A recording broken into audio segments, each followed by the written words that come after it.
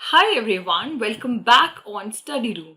So, continuing our chapter number 3 of economics, in this video we will learn anti-poverty programs and challenges. Now, we have understand why, what is poverty, what are the reasons of it, okay, and what are the effects of poverty. Now we will study what anti-poverty programs and programs has been conducted by government to change this situation. Now we know that this problem is globally present. So what is government of India specifically doing to change the condition, okay, and what are the challenges of changing the situation? So let's start. Very first, we'll discuss about anti-poverty programs. Now, there are two ways poverty can be completely removed from our country, okay? And the two plans that government has find out as an anti-poverty strategy. First is promotion of economic growth. If we increase our economic growth, which means indirectly we are generating more employment. Okay, so not necessarily more employment, but maybe more revenue, which will eventually help people who are in need. Okay, so first is promotion of economic growth. Second is targeting anti-poverty programs. Okay, what are these programs we will study? Okay, India's growth rate in terms of economic we're talking about from 3.5% in 1970s has jumped to 6%, okay, in 1980s to 1990s. Unfortunately, we do not have any very recent current data. We might have till 4 or 5, 2004 or 5, or maybe around 11 or 12. But then again, so what we are talking about here is that the growth rate means the percentage or rate at which our country is growing. It's known as India's growth rate. Okay, so this particular rate has increased from 3 to 6% from 1990s to 1980s, as in 10 years. All right, so now let's discuss some of these programs, anti-poverty programs. Okay, it's not visible here. All right, let's discuss anti-poverty schemes. First one majorly here is Manrega. Okay, Manrega is from 2005. It is established from 2005, and this scheme ensures 100-day wage employment to every household.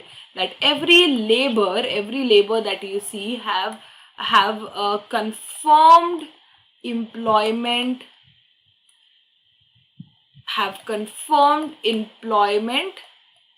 of 100 days. Okay, so for 100 days this particular person will be earning. Okay, this is what Manrega is about, and its full form is Mahatma Gandhi National Rural Employment Guarantee Act 2005. Okay, this is what Manrega is. It's one of the most famous anti-poverty schemes. Okay, now what are other anti-poverty schemes? Let's understand them. First is Rural Employment Generation Program. Okay, means working on the rural sector, indirectly working on the agrarian sector to increase or to generate more employment in rural areas. It means in villages. Okay. Second is Swarn Jayanti Gram. Second is Swarn Jayanti Gram Swarozgar Yojana 1919. Again, this works for employment. Okay, for giving rozgar to people, means giving employment to people and making them self-employed so that they can sustain their life themselves. Okay. Third is Prime Minister Rozgar Yojana, which again focus on employment. Pradhan Mantri Gramodaya Yojana, which provides a kind of work and a kind of activity for people to perform, and they will get paid for it. Okay.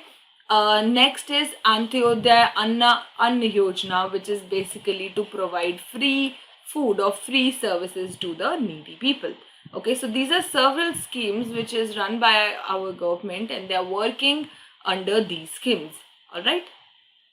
Now, let's understand what are the challenges ahead. Okay, we have completed the schemes part. Let's understand what are the challenges now. Okay, now one major challenge is the moving target. Okay, moving target. Now, focus of poverty reduction should be more than just ensuring minimum subsistence of living. For example, government giving essential is maybe not enough. Okay, not enough for somebody.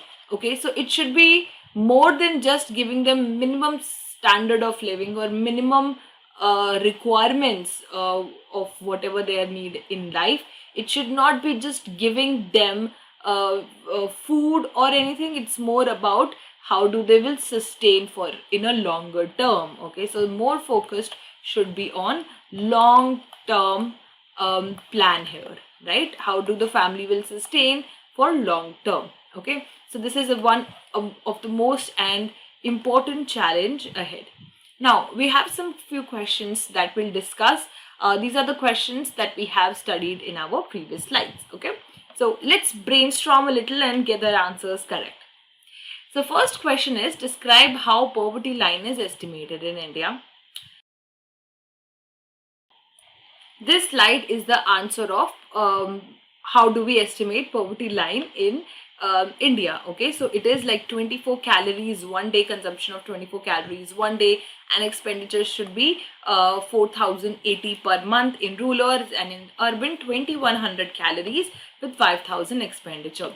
Also, another way of calculating poverty line could be multiplying the prices of essential commodities, for example, food, clothing, education, light, all the resources a human use in a day in rupees. Okay, so that's how we can measure the poverty line. Our second question is, do you think that present methodology of poverty estimation is appropriate?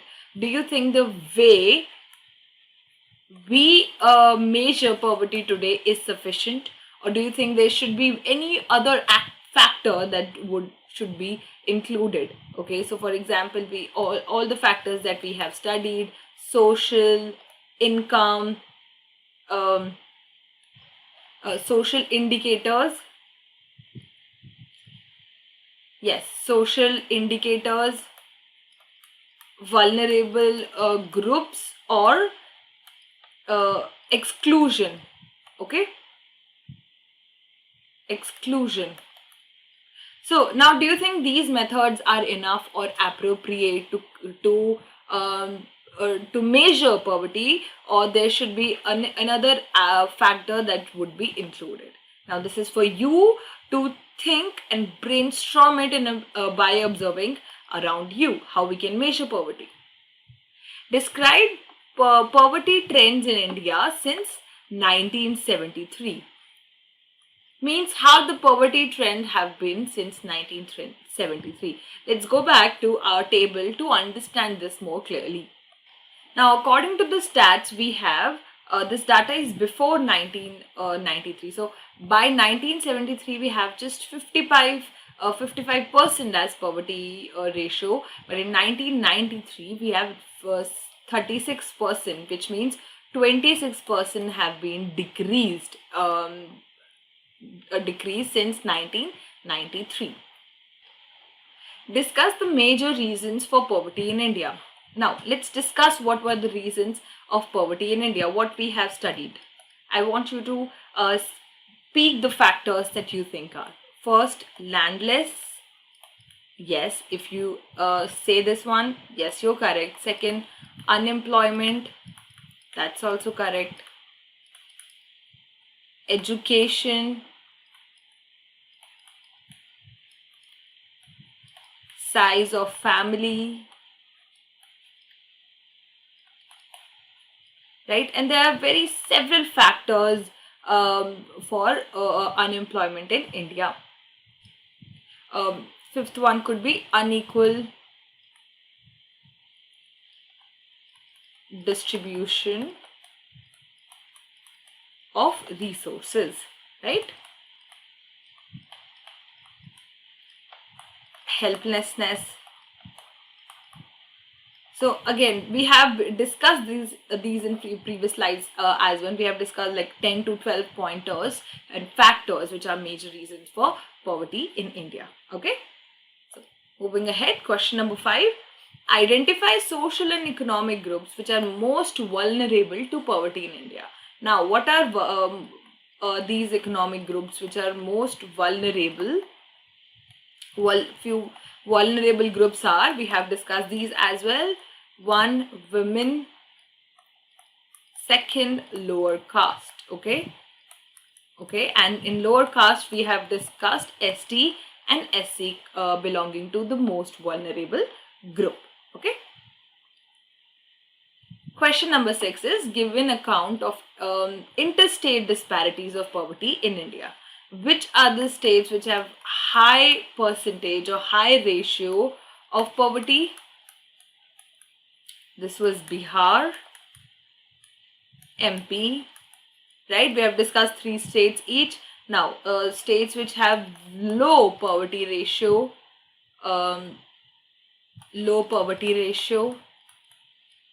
that is Kerala, Punjab, right? Okay, moving ahead, question number 7, describe global poverty trends. So again, we have discussed this as well. So those living under less than $1.90 in a day, okay, less than $1.90 are considered to be under the poverty line. Okay. Yes, next question is, describe current government strategies of poverty alleviation. Now, what is government doing to reduce the poverty ratio in our country? Okay, we have few schemes that we have discussed. We have Manrega. Yes, let's discuss through slides. We have Manrega, which confirmed employment of 100 days and give wages to every household. And other schemes are Rural Employment Generation Program, Swan Jayanti Gram Swarajgar Yojana 1919, Prime Minister Rozgar Yojana, Pradhan Mantri Gramodhyay Yojana, Antyodaya Anna Yojana. Okay, so these are the schemes which are working as anti-poverty schemes. Now, we have short topics here to discuss. What do you understand by human poverty? What do you think? What is human poverty is? Human poverty basically means denial of essential opportunities. Okay, so opportunities which are important, which are very, very significant. So denial of such opportunities, be it economic, be it social, be it related to educational. Okay, so these are these are basically human poverty. Okay, which means denial of such opportunities or lack of accessibility to basic opportunities. Okay, be it in education factor, social factor, or it be it related to nutrition. All right, so this is called human poverty. Now, our next question is very, very interesting and important for us to understand. Who are poorest of the poor? Poorest of the poor means people who comes as least target of vulnerable group. These are women, old people, and new infant as well. Okay, so why women? Because, for example, if a family is of poor, then in the poor family, in the already suppressed family, the most suppressed person would be women, because we all understand how women have been suppressed for centuries. Okay, so again, next are old people. Old people are become very easy target. Okay, so that's why they're also considered as poorest of poor, means living under pathetic condition. Okay, what are the main features of National Rural Employment Guarantee Act?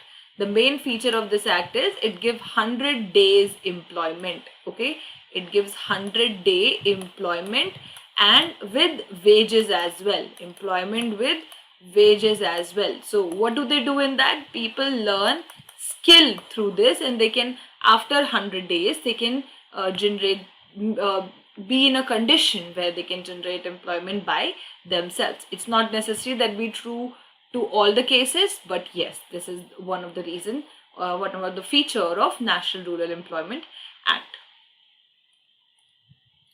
So I hope it was clear to you all till now. We will revise the chapter briefly in coming video.